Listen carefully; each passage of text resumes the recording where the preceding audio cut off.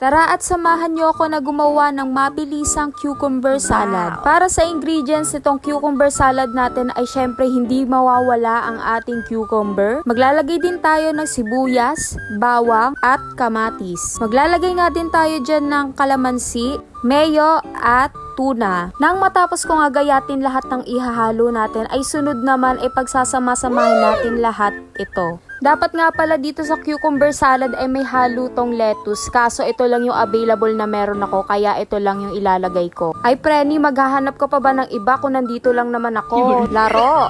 Para pala sa tuna, ito lang yung available na meron ako. Kayo kung anong gusto nyo ilagay, nasa inyo yan kung anong gusto nyo. Mailagay ko na nga lahat ng ingredients ay maglalagay naman ako ng paminta at konting asin. Pagkatapos, i-mix lang yan hanggang sa magsawa ka magpaikot-ikot sa kanya. Charot!